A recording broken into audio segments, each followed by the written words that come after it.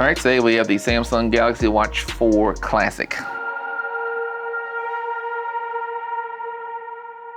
Looking forward to this. I've had multiple iterations of Samsung watches. So my current daily driver is the Samsung Galaxy Watch Active2. It's been a great watch. I have not many complaints with it. I did scratch it. So like you can see there is a mark in the screen. I don't know if that'll show up. I don't know if it shows. There's a little scratch right in the middle. I've had multiple generations of Samsung watches, and that's the only one I've ever scratched up. And I have a theory as to why. So I had to order this directly from T-Mobile. From Samsung's website, it was not available with LTE, and I do have a T-Mobile service, so this is a T-Mobile version of the watch. So I ordered from T-Mobile to have LTE. So there's this big box in here, and then of course here is just the watch itself. Looks very nice. So let's take it out. A nice padding, of course, firm like cardboard. See, this is the largest one you can get. It is the 46 millimeter, I believe. Yeah, 46 millimeter. And this one has a physical bezel, whereas this one has the digital rotating one. So it's just the screen itself, but this one has a physical dial that moves. I don't know if you can hear that. It makes a little clicking sound. It comes right out the box with this little rubber thing. I don't really care for that. Has a sticker back here for some reason. A little quick start guide. And then in here is a charger, I guess. The same charger style we've had from before. It just kind of gets magnets on there. I don't know if it's a higher power one necessarily, but we'll check it out. I have a feeling it will still charge on the old chargers. They used to make chargers like this, so I have a handful of these laying around. I'm hoping it will still work because I like these little chargers like this. Yeah, so you can still magnet on there. So let's take a look. Here is the Active2 next to it, so you can tell a little bit smaller, I guess. I'll set this up with my brand new Samsung Galaxy Z Fold3. All right, so let's go ahead and power this bad boy up. You can see on the side here, one button has a little red action there, right? And that's the power button, I would assume, and this will be the action button. This old watches all kind of have that same setup. You can see there's the red power button on the Active2 here, and there's the regular individual button. They're different places. The red's on top on this one. We'll go ahead and power them on. I would prefer a leather case, of course, but a leather strap, I mean. Take a look. So here's the fold we're gonna set up with it. You can tell it automatically tells the Watch Classic it's next to it, which is pretty cool. Nice little screen there. Let's swipe her up. And we're gonna get started. So I'll hit the Galaxy Wearable app. So Galaxy Wearable is pre-installed on Samsung devices. It is, perfectly fine app. You can add this to non-Samsung devices and it'll work. So the number is correct, of course. So we're gonna check mark it here and then hit confirm here. Downloading some software. If you do install this on a non-Samsung phone, it will have a lot more software to install because a lot of this stuff is just built in directly. That's fine, I don't care. I'll send diagnostic data. So of course, this will be their new implementation of Wear OS mixed with the old Samsung services. So I was never really a fan of Google watches. I had a couple, but I've always preferred the Samsung watches with the Tizen UI. So we're hoping this will look pretty similar and just have a little bit more functionality maybe. No, I really had no complaints with Samsung watches. I just want newer ones. The battery on this one's getting a little weak, but I've had it for a little bit. So since this is Wear OS, of course, I'll need to get this Google. All right, well, we'll continue with my Google account. So we are setting up with my Google account instead of my Samsung account, which is a little different. All right, we'll see if it looks for any backups of old watches. I don't think there is one for this device. Oh, it does show the watch active. All right, so that's pretty good. I'm gonna not copy my messages while keeping my phone history. That's interesting. There's a handful of things that it can and can't copy over. So I will restore that because I want my alarms to be set the same, of course. So that's pretty neat. It makes me feel pretty good about this being pretty similar to previous Samsung devices. The fact that I can copy Samsung settings from old Samsung devices into this one, that's good. We get a little drink of water. So I do have a T-Mobile plan. Hopefully it knows which number to pull from that. I guess I'll have to check with T-Mobile. I don't know how that works. All right, so let's give this a shot. We'll see if it's gonna charge correctly. All right, just finishing up, no big deal. All right, so I guess we're all set up, pretty good. I guess we're still showing starting over here. Let's take a little tour. Swipe down from the top to open the quick panel. Let's see how that compares to the old watch.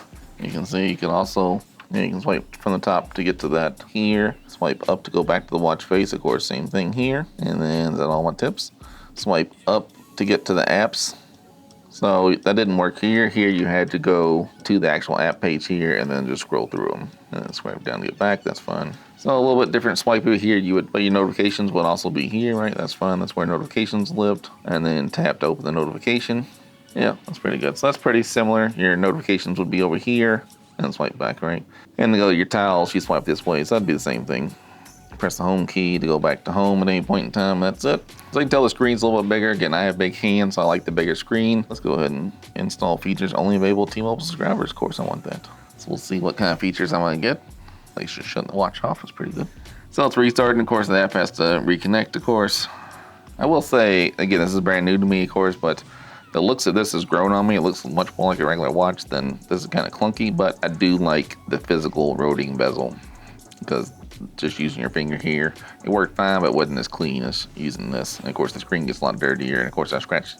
That's why I think I scratched this phone, because like the previous one had bezels that kind of protect the screen, whereas this one now has that little scratch in there, which you can see right there, right? A little reflection of the light. Right? It looks like a hair on the screen, but it's actually a scratch in the screen. I don't think this one will have that one. All right, so we're connecting it back up to the phone. After the little reboot action, tells you, I guess there's no SIM card there, is that what it's saying? I don't know what that is. All right, let's finish connecting up. All right, so now it looks like it's connected. It shows the date there. I don't want that watch face. Let's look at the other watch faces available. I like seeing, there we go. I like seeing the date. So the same watch face is available, which is good. That's basically all I really care about seeing is the watch, time, the date, and the weather. And once it actually reconnects, I guess we'll get back to it. I don't know why it's not connecting. All right, now we're connected. So let's go back to watch faces. Let's take a look, and I'll go back to my same standard face. Now, there are some cool watch faces here, but again, the watch is just meant for me to see the time and the weather real fast, and then see my notifications as they come in. But you can see, like, you know, seeing all these settings are available. It's pretty nice. See, we have a software update available. Doesn't appear to be. If I click About Watch, we can see software information. We're on One UI Watch version 3.0. Doesn't appear to be a software update available. Oh, you can use Find My Watch. I'll do smart things, huh? I don't want to use that right now. Why is it not connecting? All right, so we are connected, right? Let's see. Yep, there we go. Let's get the watch face I want. So it says you're downloading. Doesn't like it take that long. I did get a notification of my watch connecting to my Wi-Fi router, which is good. All right, well, I'm downloading some watch faces. Let's take a look and see. So this is just a battery pack, of course. And we'll try to use this old charger, and we'll see if it lights up. And it does. You can see right there it's turned red, so it is charging the device. And that's good. I like these. Now, this is probably a weaker charger than another one, but if you're just sitting down there and letting it charge up, you should be good. I do like that. Let's strap them on the wrist, see what it's like. I definitely don't like this watch band. I'll have to be ordering a new one right away. Apparently it's upside down. It does seem clunky to me, but again, I haven't been wearing a watch this big in a while. So you can see there's the orange dot. That means I have a notification. We'll scroll over, and it's downloading an update for the watch itself, which is good. You can see there's Twitter. I can see an alert from Daniel Cormier, and if I touch it, it'll let me see the alert, and then I can either retweet it or like it or more, and that should take me to the phone itself. I can clear the notification. Oh, see, these are backwards. I meant to hit back, and that's home. Yeah, so if I hit this and now I go back, it takes me here. And back takes me here, yeah. So you can see it's pretty good. You can sell anything I want to see. So yeah, I'm gonna order a leather case. I don't like these rubber ass cases or watch band. But you can see there, I can just use the bezel to change. It's very nice, right? All right, now we're charging up. So we're getting software updates, taking a little bit. We'll come back to this. All right, I've had the Samsung Galaxy Watch4 Classic for 1 week, and I'm trading in my Samsung Galaxy Active2. So you can tell I have the same faces. You can see right off the bat, I love this bezel compared to the digital one. The physical bezel is way better. They switched up the buttons on me. This red one here is the power button now, where it was down here, and the back button's down here, and it was up here. So that took a little muscle memory to get back to used to that swapping up. Outside of that, you almost don't notice it being a different watch, right? I mean, most of this stuff looks pretty similar.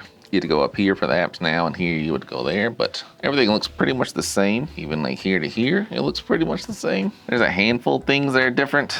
Like if I get I'm using Google Messages. If I get a text on this watch now, there's a button for clear, and before on here, it was listed as marked as red. It seems to do the same thing. Back in the day when you first had smartwatches, if you cleared it, the notification would go away from the watch, but still be on the phone. I didn't like that. Now, if you had the previous Galaxy 3 or whatever, you may not need an update. Personally, like I said, I missed the larger size and the rotating bezel. I had the Galaxy Watch 2. I skipped 3, but I had the Watch Active 2. While this is a cleaner look, at least for someone like me with very large hands, it's very nice to have the bezel to use and the bigger buttons and just the bigger watch overall.